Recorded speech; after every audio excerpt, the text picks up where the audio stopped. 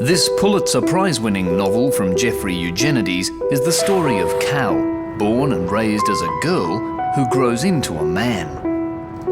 The story begins in 1922, when Lefty and Desdemona flee war-torn Greece for a new life in America. Unusually, these siblings become husband and wife. As Cal explores the mysteries of her family, she grows to understand that sexual identity is as much about emotion and desire as it is about genes and hormones. So, by popular demand, Middlesex. Tim, let's start with you. If you read the Reacher novel in an American accent, how did you read Middlesex? Jennifer, I think the sign of a great book for me, as one who is not well read, is that I listen to specific music while reading it.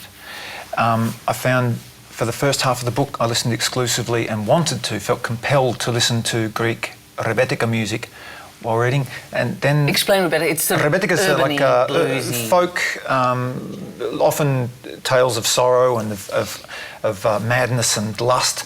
And it was, I think, outlawed in certain regions of Greece. It's very emotional, soulful, beautiful instrumentation. And as soon as the story of Calliope, the central character, Cal's grandparents, Lefty and Desdemona, and their tryst, and the story behind that, when that's all developing, and the flight from Smyrna, and I was just listening to rebetika the whole time.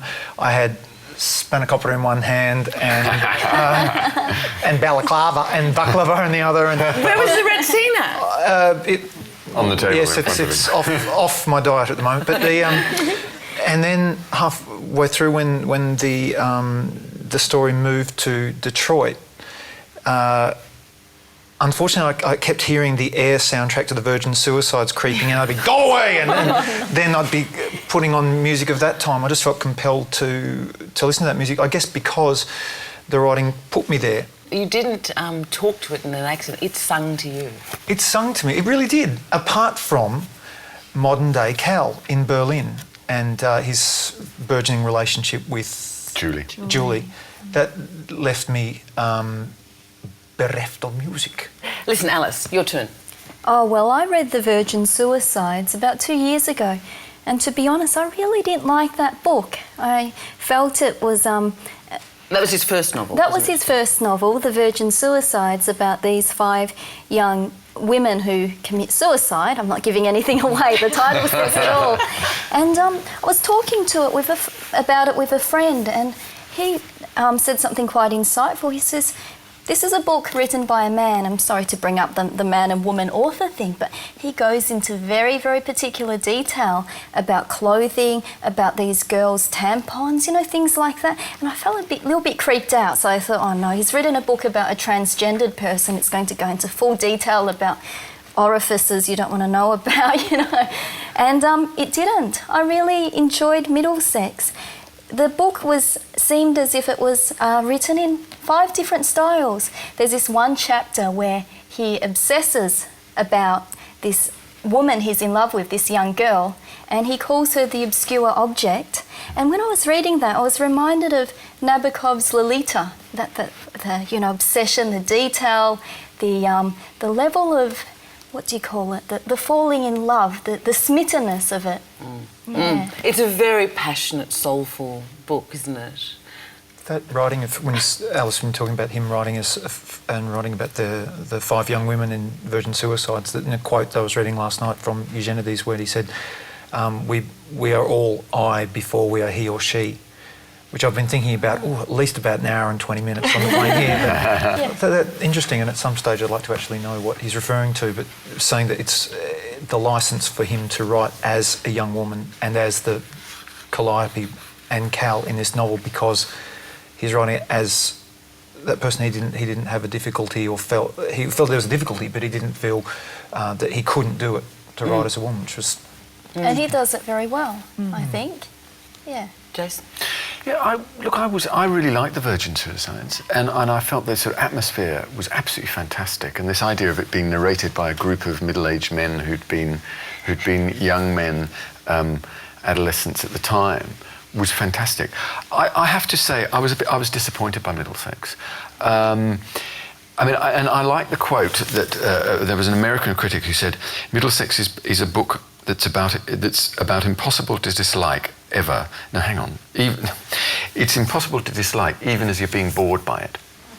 And I think there's an element of truth in that, because I felt it went on and on and on, so much backstory, and as opposed to Jack Reacher's. Just saying backstory. Yeah. Well, you know, the leading up to. I was interested in the predicament of Cal, and we take an awful long time to get up to The medical his history her story. of Well, and hermaphrodites and all his that or kind of her stuff. story, and yes, I know. And the problem is, though, of course, that it's set up as this sort of modern Greek tragedy in a sense. So you know, this is all determined, and we have to find out why it's determined. Jason, doesn't he refer to that? Excuse me, but I'm new.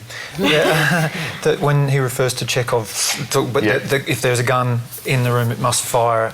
And it's right on Act 3 that they're going to Calliope's in the it's all talked about her bits.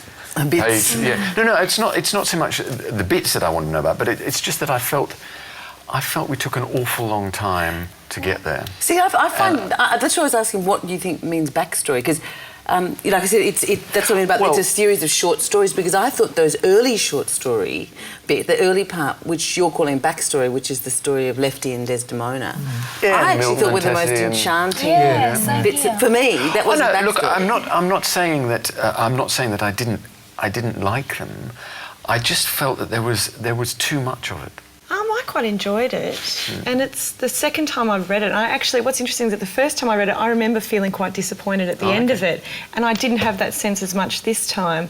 I think that's a great quote, that it's a book that it's impossible to dislike even when it's being boring, but I didn't find the family backstory boring. I found the very long-winded explanations about about why hermaphrodites are so, and, you know, had this and these many cells, and I mean, I ended up skimming a lot of that part because I didn't find it interesting at all, but I thought the characters were great. The grandmother character's fantastic. This is Desdemona. Yeah, I thought there were lots of great characters. So I think the first reading I had, I found I was quite engaged, and I remember thinking the last eighth, it dropped off a little bit. And I do lose a little bit of interest when Cal's out on his own and getting involved in a rather sordid world. But in the rereading, I found it kind of a necessary part of the character. I thought, well, that makes sense. That's probably exactly what a kid like that would go through. Look, just find it, because I went back to the website and read all your comments and what it was that you liked. And I think, generally speaking, it was the originality. I don't think any of us would demur from that.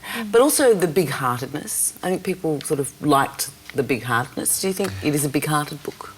Yes, very much so. I know it had a big pulse and big hugs, and I just found that Calliope so just even when she makes the transformation to regarding or showing herself as a man to the outside world, I just wanted to give her a freaking hug, you know. I thought it's so beautiful in the way that she's written, and that hair, and as she's growing from you know, this beautiful young child into a very awkward adolescent. God, yeah, if it was a big breaking heart, you know, I really felt it. So I reached for the Retsina and then, you know, suddenly forgot about it.